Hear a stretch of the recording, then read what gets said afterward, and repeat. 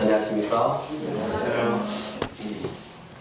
우리가 수양회나 행사 프로그램 중에 종종 사용하는 것이 인생소감입니다.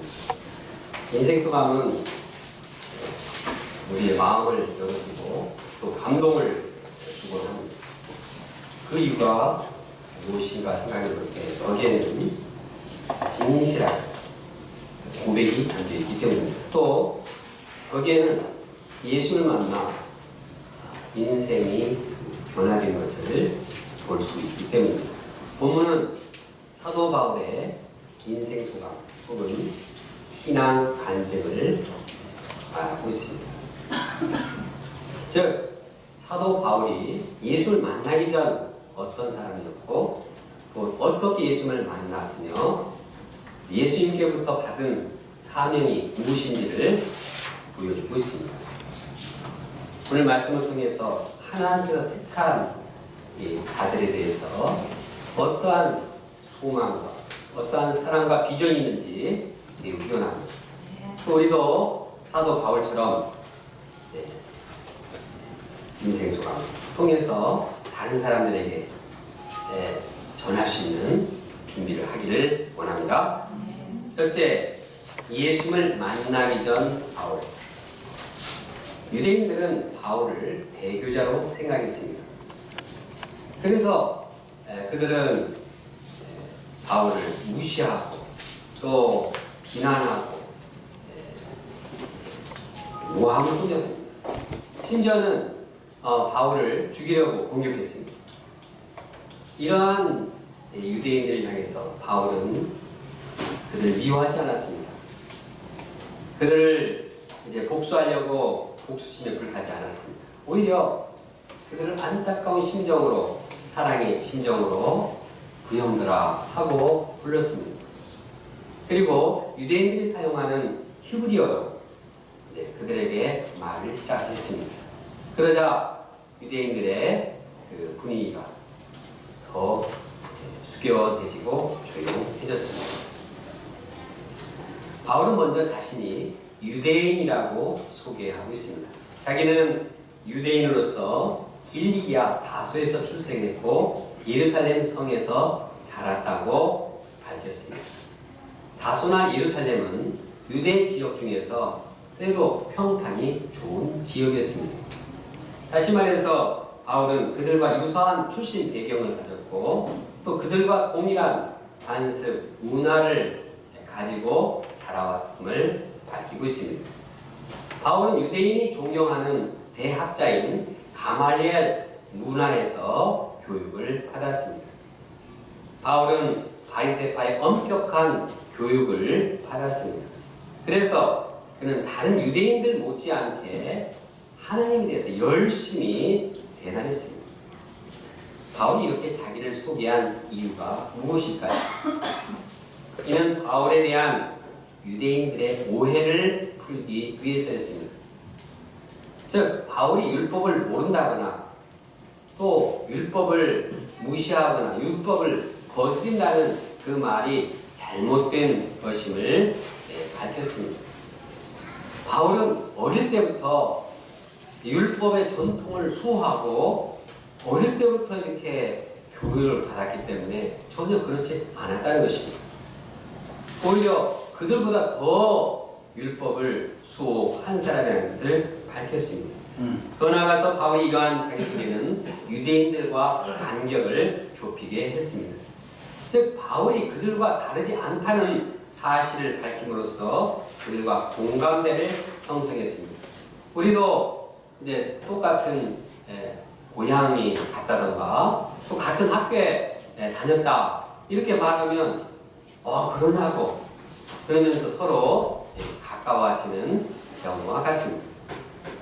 이제 바울은 과거 자신의 죄악을 드러냅니다.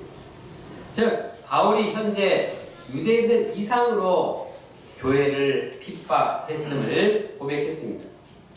바울은 예수님의 진리를 박해할 뿐만 아니라 신자들을 가두고 미워하고 주의까지 했습니다. 그는 남자고 여자고 불문하고 그냥 잡아다가 예수 믿는 자들은 그냥 감옥에 쳐넣었습니다. 그만큼 바울은 잔인했습니다.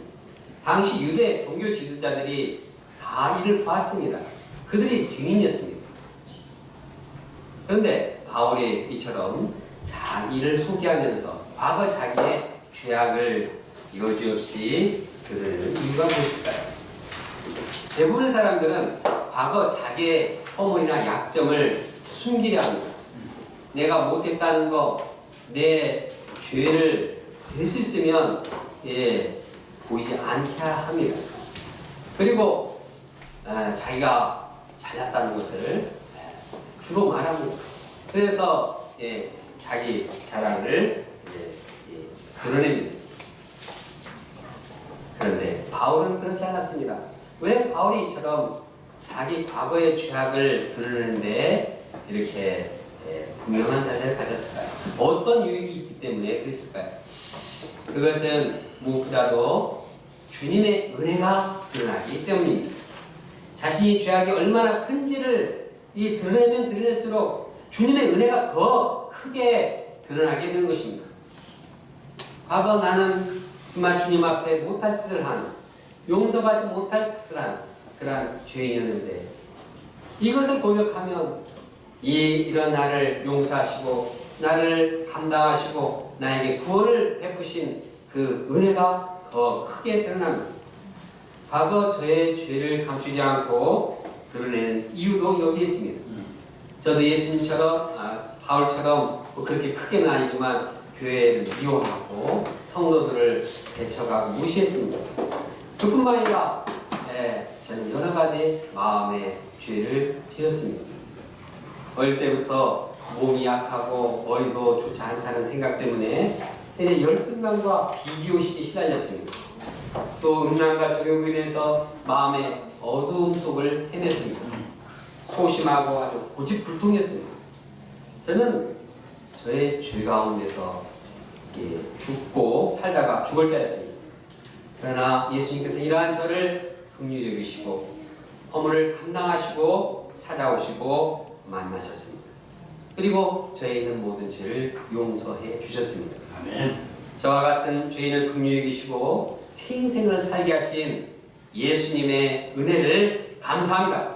아멘. 또 자신의 죄를 고백할 때 이것은 듣는 사람에게 자극이 되어서 죄를 회개하도록 도와줍니다.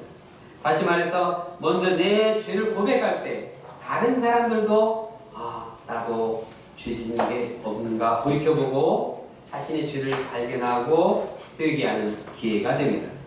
예를 들어서 수양회 때 가보면 이제 자신의 죄를 드러내고 이렇게 하면은 그 죄가 나의 죄, 바로 저 사람의 죄뿐만 아니라 나도 그러한 동일한 죄를 지은 것을 깨닫고 또 회개하고 심령을 새롭게 하는 경우와 같습니다.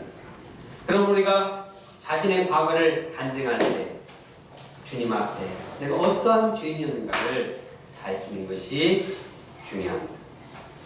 둘째, 예수를 만난 바울. 바울은 자신이 어떻게 예수를 만났는지 이야기하고 있습니다. 그가 길을 가다가 오정쯤이었는데 그때 다메섹에 거의 가까이 올 때였습니다. 갑자기 하늘로부터 빛이 두루 비쳤습니다. 이 빛이 너무나 강렬해서 그는 그냥 완전히 자빠져 버렸습니다.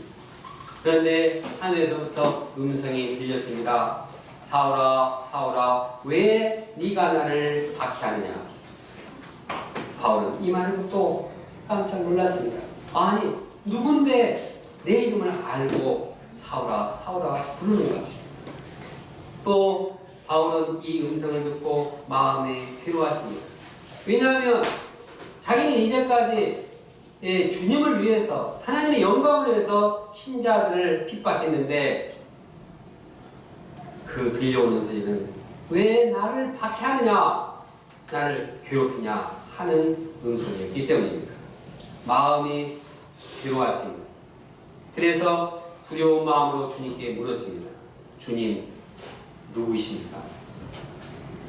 그때 대답하는 소리가 들렸습니다. 나는 네가 봤던 나사렛 예수다.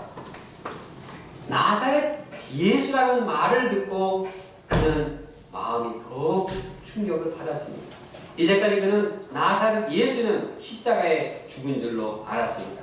사람들이 나사렛 예수가 부활했다고 말했지만 그것은 다 거짓말이라고 일축했습니다. 그런데 그 죽었다던 나사렛 예수가 자기에게 나타나서 빛으로 나타나서 내가 나사렛 예수다 증거할 때 그는 충격을 받고 마음이 무너졌습니다. 나사렛 예수는 바로 부활하신 주님이시구나. 나사렛 예수는 이 구약에 예언하던 하나님의 아들 메시아시구나. 그것을 깨닫고 무릎을 꿇게 되었습니다. 바울은 예수를 주님으로 고백하며 물었습니다. 주님, 제가 무엇을 할까요? 그때 주님께서는 말씀하셨습니다. 일어나 다메섹으로 들어가서 네가 해야 할 모든 것을 거기서 누가 이루리라. 그런데 이제 이 말을 들었지만 그는 다메섹으로 혼자 갈 수가 없었습니다. 너무 빛의 광채가 세서 눈이 멀게 되었습니다. 그래서 그는 다른 사람이 옆에 있는 사람이 부축해서 그를 함께 다메섹으로 가야 했습니다.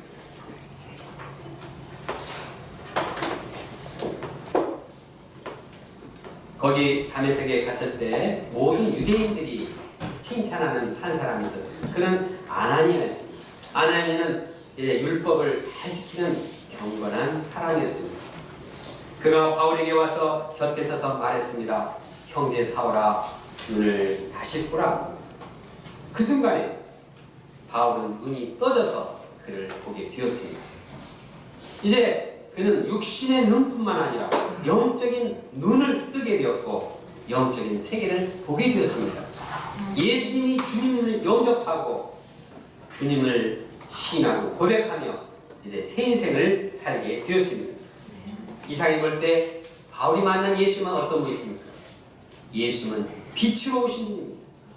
예수님은 죽음 권세를 어두운 이 죽음의 권세를 파하시고 빛으로 환하게 부활하신 부활의 빛입니다.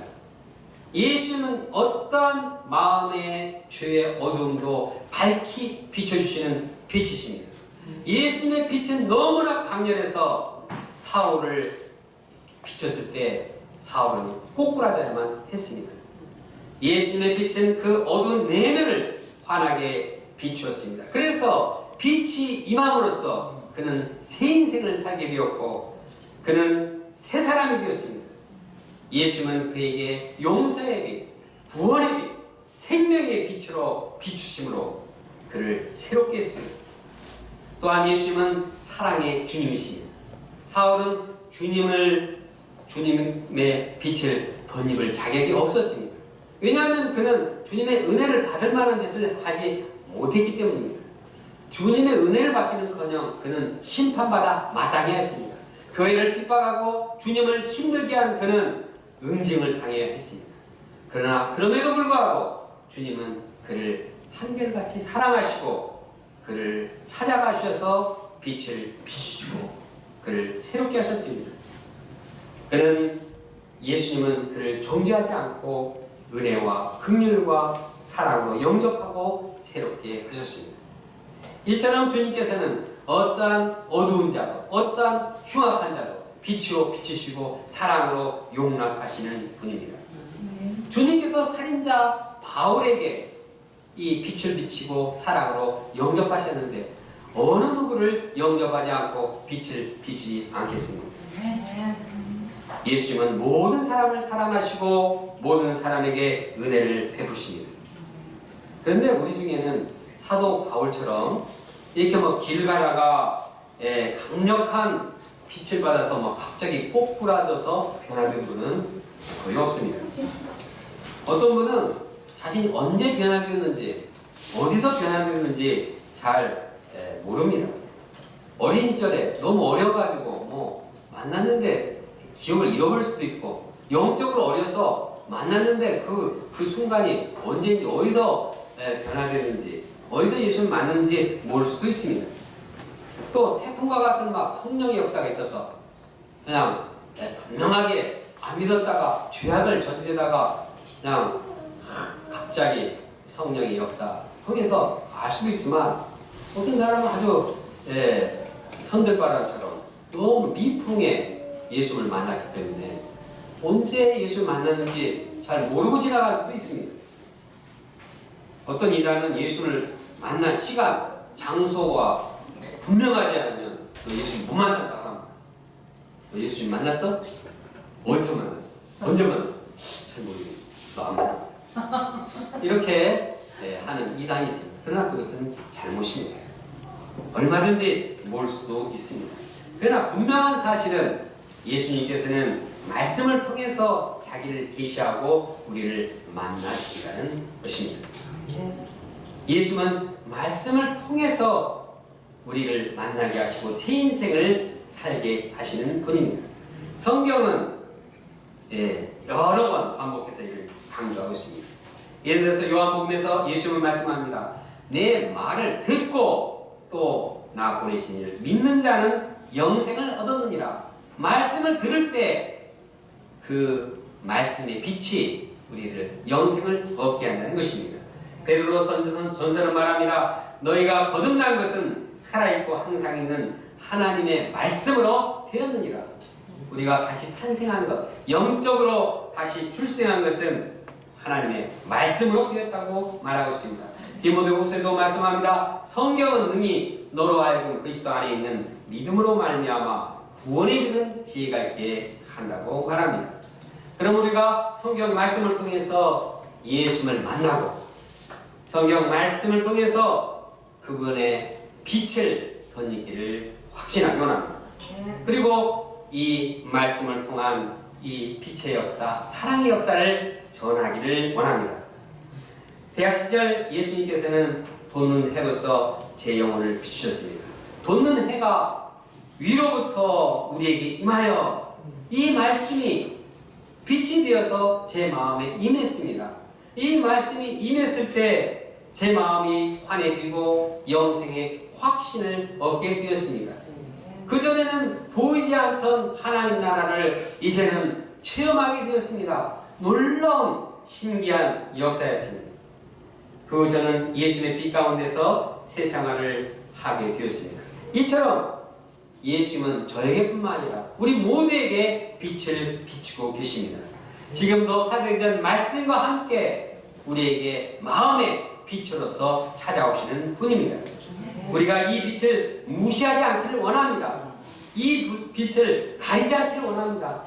예수님이 우리와 함께 하시고 빛으로 찾아오시는데 왜 이것을 거부합니까? 아직 주님의 빛을 영접하지 못한 분이 있다면 이 시간에도 마음의 문을 열고서 예수님의 빛을 영접하기를 간절히 원합니다. 예수님을 영접할 때 그 예수님의 빛 가운데서 우리는 완전히 새 인생을 살게 되는 것입니다. 셋째, 예수님께 사명을 받은 바울이 눈을 뜨게 되었을 때 아나니아는 바울에게 이런 말을 했습니다. 우리 조상들의 하나님이 너를 택하였다.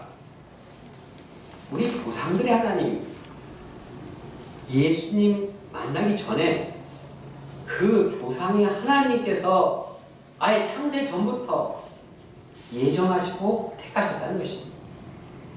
바울이 자격이 있어서 택하신 받은 것이 아닙니다.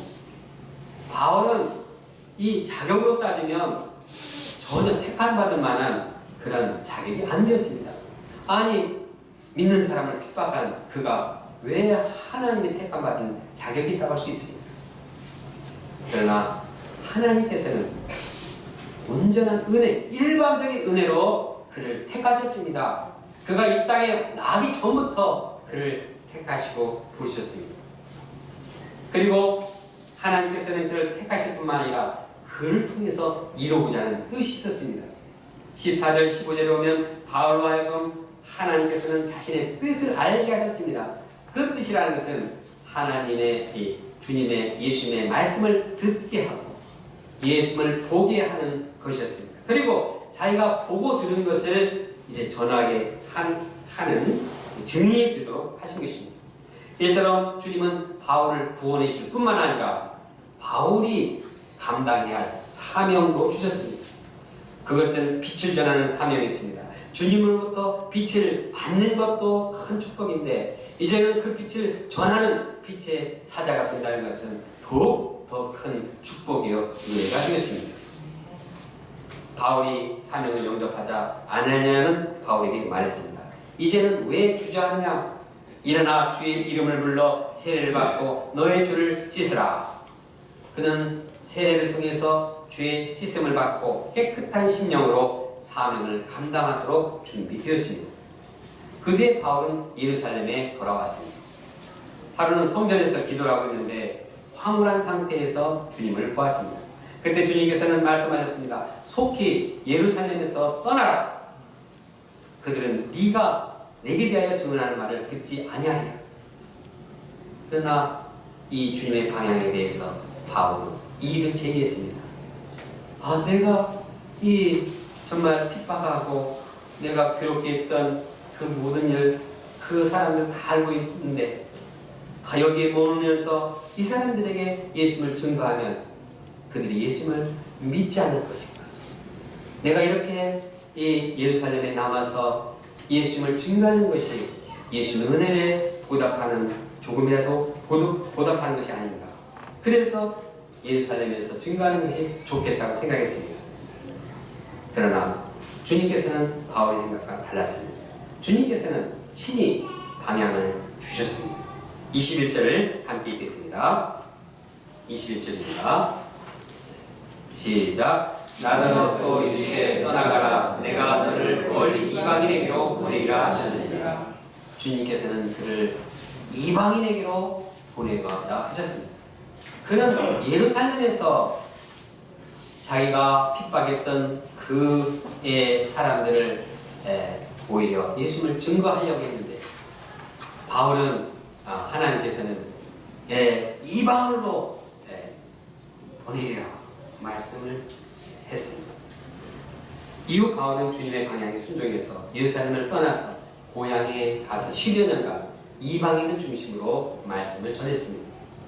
또 그 중에 이제 나중에 이방인 중심의 교회인 안디옥 교회에 돌아와서 이방인들을 섬겼습니다. 또 그 후에는 이제 1차, 2차, 3차 로마 선교 여행을 통해서 전 세계 모든 이방 땅의 영혼들에게 복음을 편만하게 전했습니다. 이방인의 사도가 되었습니다. 이처럼 주님께서 주신 방향은 한 사람 바울에게만 주신 것은 아닙니다. 바울만의 이제 이방인에 향하라고 그렇게 말씀하신 것이 아닙니다. 예수님께서는 12사도를 택하셔서 그들에게도 모든 민족에 가서 제자로 삼으라, 구원의 역사를 이루라고 말씀하고 있습니다. 신약뿐만 아니라 구약에서도 아브라함을 부르시고 모세를 부르시고 요셉을 부르시고 한 사람 한 사람 부르신 것은 그들을 구원할 뿐만 아니라 그를 통해서 천하 만민이 모든 세상이 다 구원을 받도록 하기 위해서입니다. 마찬가지로 하나님께서 우리 각자를 택하여 부르신 것은 나 한 사람을 구원하실 뿐만 아니라 나를 통해서 수많은 사람들을 구원하기 위해서입니다. 그러면 우리가 모든 세계 민족을 품고 나가서 예수님을 전해야겠습니다. 그렇다고 해서 우리가 모두 다 해외로 다 나가야 되는 거냐? 그런 것은 아닙니다. 우리는 한국에 오는 외국인들을 예수님을 전할 수 있습니다. 또 선교사들을 파송하는 그룹이 되어서 세계 선교에 동참할 수 있습니다. 저는 예수님의 구원의 은혜를 감사하며 다른 사람들에게도 복음을 전했습니다. 그러나 과거의 그 소극적인 삶의 영향으로 주님이 원하시는 전 세계 이방 땅을 바라보지 못할 때가 있었습니다. 나를 통해서 그냥 한 사람이라도 구원을 받으면 다행이다 이렇게 생각했습니다. 그러나 그것은 주님이 주시는 원대한 비전이 아닙니다. 하나님은 택함 받은 우리 각자가 온 세계를 향해서 이제 비전을 가지고 도전하기를 원하십니다. 그러므로 제가 한 사람을 돕더라도 세계 모든 영혼을 구원하고자 하는 그 주님의 원대한 비전을 가지고 섬기겠습니다. 우리가 주님의 명령에 순종하는 마음으로 함께 복창해 보겠습니다. 내가 너를 이방인에게로 보내리라. 시작. 내가 너를 이방인에게로 보내리라. 본문을 정리해 봅니다. 바울은 자신이 예수를 만나기 전에 어떤 자였는지를 말했습니다. 그리고 어떻게 예수를 만나게 되었습니다. 예수로 받은 사명이 무엇인지를 전했습니다. 우리도 바울과 같이 죄인 되었던 우리를 찾아오신 예수님을 깊이 영접하고 감사하기 원합니다. 또 우리를 통해서 이방 땅, 세계 영혼들을 구원하고자 하시는 주님의 원대한 비전을 갖기 원합니다.